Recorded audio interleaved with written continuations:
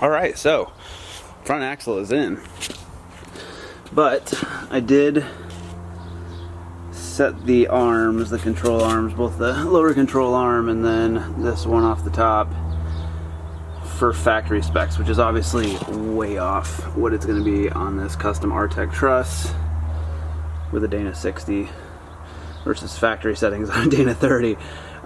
So it needs to be rotated. That means I'm going to disconnect these again and take that off and extend it out.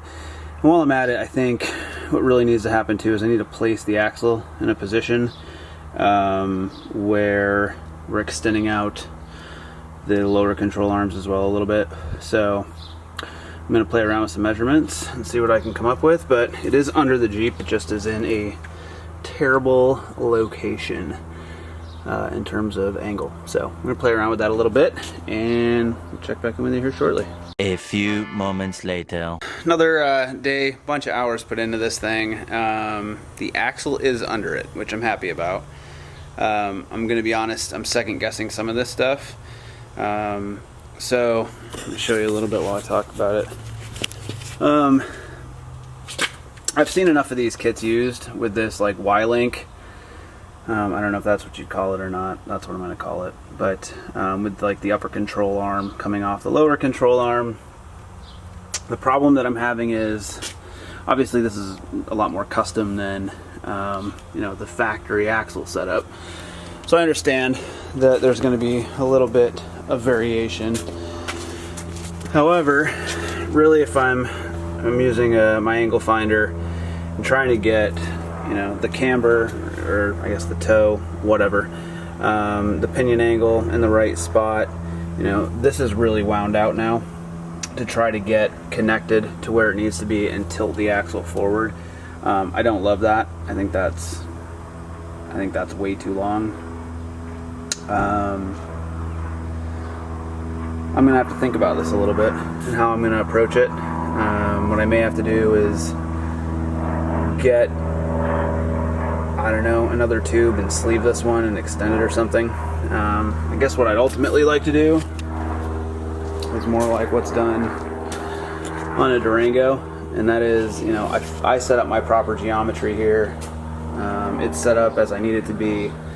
The link bars have all the proper distance on the mounts, and they're connected where they need to be to keep everything really in the right proximity. So trying to piece together an aftermarket kit that really goes for factory settings, right? So it's really not, I guess, made for this. But again, I feel like I've seen enough TJs and ZJs and everything else that's kind of used this configuration, and even with the 1-ton swap, that it should work. But I don't love it. I don't love it right now. The other thing I don't like that much, and I've got to kind of look at it a little bit, is the coil spring perch in the bottom. Doesn't, let's see, can I get it to focus? It doesn't line up as well as I would like it to with the top perch. Obviously, if you look at the old Dana 30, yeah, I mean, it sits in a similar position, so it does sit a little bit forward. It's really how this one sits as well. So I'm just not sure why it's so far off, but to me it does look off. So again, I think I need to take a breather for today. I'm done playing around with it for a little bit. I can go play around with my son and hang out. Take a break from this, think about it a little bit, revisit it maybe tomorrow. I may take a couple of days off and try to figure out what I'm going to do moving forward. I have a set of wheels and tires on the way. I have some steering components on the way. You know, I'm trying to make all of this happen in a very short period of time, and I know we're going to run into some hiccups, so appreciate you guys hanging out, sticking in there with me. Stay tuned. This isn't defeat, it's just rethinking. Got to rethink what we're doing here. So anytime you run into an obstacle, you obviously want to figure out the best path forward. Again, what I'm thinking about is, like, you know, I'm not just going to get this together and have it around the road here and, you know, I'll figure it out. If something goes on, I'll tweak it here and there. I'm trying to tow this thing around the country for 3 weeks on a road trip this summer, so it may be a bit ambitious, but we'll figure it out. So again, thanks for sticking in there with me. Let me know what you think in the comments down below. Don't forget to subscribe if you want to see some more of this, and if you want to see this thing wrapped up, stay tuned because there's more to come. Thanks. Good morning, good afternoon, good evening, wherever you are. It's morning here, so I appreciate you guys joining me today. Again, whatever time it is. Yesterday where we left off is I needed to take a little breather. I was getting a little frustrated with the way that this is set up, and I don't know why, to be honest. There's no reason to get frustrated other than I've got myself on a time limit. So the longer it takes or the more things don't quite work out, the more effort you got to put into figuring those things out, which is what I did last night. Sometimes you just need to take a step back, have a little breather, think about what you're doing, and the best solution forward. So that's what I did. If you are just joining us, yesterday what I did was finish cutting out these lower, the previous control brackets that were on here. We've got the new cross member in, and actually I don't know that I showed all that because it's a little hard to see under here, but let's see. The new cross member is in here, as is the skid plate, and the lower links are mounted. Now, the issue that I had is these upper links, because this is it's a factory kit. Well, I shouldn't say it's a factory kit, but it's an aftermarket bolt-on kit from Rough Country that is built for the factory mounts. Now, the truss that we're using on this Dana 60 is an Artec truss, which is designed to kind of go into factory location. It's got the Johnny joints at the top there. The issue that we have is there's slightly different angles. This is a wider axle, so the mounting points on the farther out portion are farther out on the axle than they are on the factory location. What I'm going to do, and I took this off, part of the reason we've put this at about a 5-degree caster, so we've set that, but with doing that, I have to pull this heim joint all the way out there, and that is just way too much thread. This is about 5 1/4 inches thread length. There is probably, right here, there's probably an inch left of thread before that thing is all the way out. So not something I'm okay with, and I really like my geometry to be proper. I think these are considered like radius arms. And there's a lot of kits that use it. I know Clayton Off-Road has a kit as well. And so they're tried and true. Big heavy duty trucks use them, probably not for a lot of off-road use, but I don't see any reason why we can't make this work well. What I am going to do is we're going to take this off. I've already taken the other one off. I'll show you here. I'm here next to my kid's RC truck. Taking this link off, you can see just in comparison to the one over there. We'll bring it over here. I mean, that is, let's see, can we see it the way I'm holding it? Kind of, maybe not. Yeah, it's almost all the way out there. So I really would like it almost all the way in. We're going to take some measurements on that, and then what we're going to do with this is I'm going to chop this down. We're really going to cut it off so we can sleeve it and reuse the heim end. There's no reason not to, unless I get in there and find that the diameter or something is a pain in the neck to use, but I'd like to reuse it. But we're actually going to cut off this entire end, and I'm going to fabricate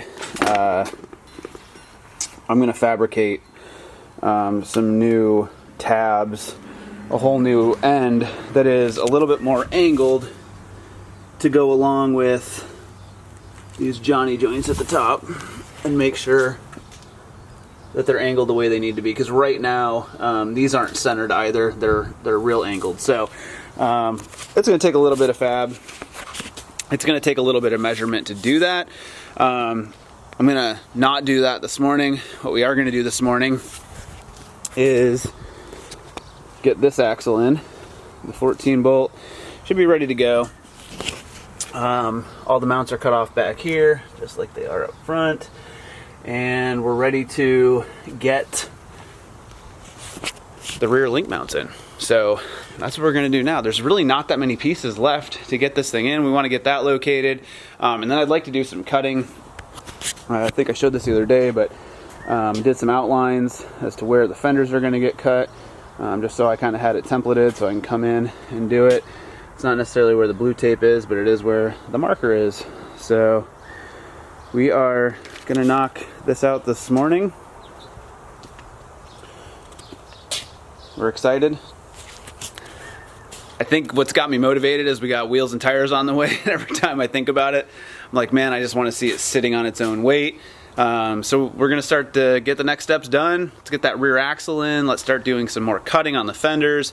And then we'll start working on the issues with the front to kind of get all of that stuff worked out and make sure it works properly. So appreciate you guys tuning in again. Stay with me. We're going to make some stuff happen today. Thanks so much for your support too. I really appreciate it. It means a lot just to have folks commenting, following us, and letting me know, what they think and, how we can help too. So if you're working on a project, anytime something kind of goes sideways, there's always a way to fix it. Just got to figure out a solution. Appreciate you watching. Let's make this happen.